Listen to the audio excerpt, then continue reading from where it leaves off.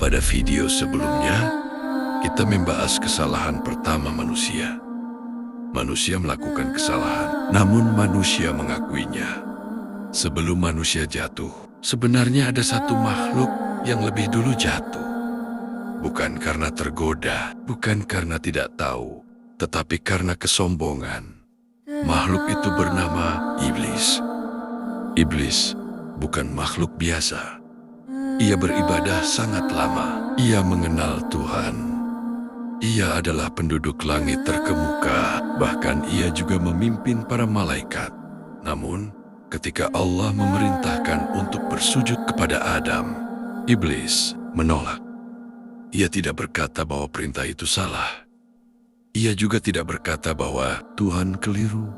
Ia hanya berkata, "Aku lebih baik darinya." Iblis merasa punya alasan yang bisa dibenarkan, argumen yang bisa dipertahankan. Aku diciptakan dari api, Adam diciptakan dari tanah.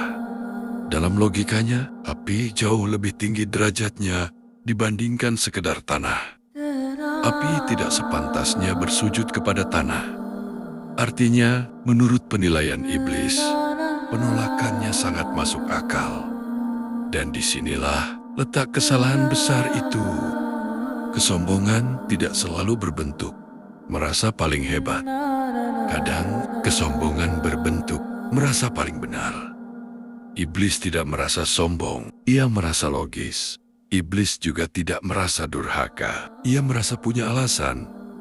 Dan seringkali, kesombongan memang datang dengan wajah yang terkesan masuk akal. Hal seperti ini sangat dekat dengan kehidupan kita. Manusia, seseorang bisa berkata, "Aku hanya jujur, aku hanya tegas, aku hanya menyampaikan kebenaran, aku suka menjadi apa adanya." Ini adalah kebaikan, ini adalah kebenaran yang harus diperjuangkan. Seakan memang begitulah seharusnya menjadi manusia. Namun, di balik semua itu, tanpa sadar, bisa saja hal yang dianggap baik dan benar itu ternyata adalah bentuk halus dari penolakan untuk melihat kesalahan diri sendiri. Bukan karena tidak tahu, tetapi karena merasa sudah benar. Memang tidak mudah disadari. Namun, begitulah penyakit hati. Perbedaan Nabi Adam dan Iblis. Nabi Adam juga melakukan kesalahan. Namun, ketika diingatkan, Adam tidak berdebat.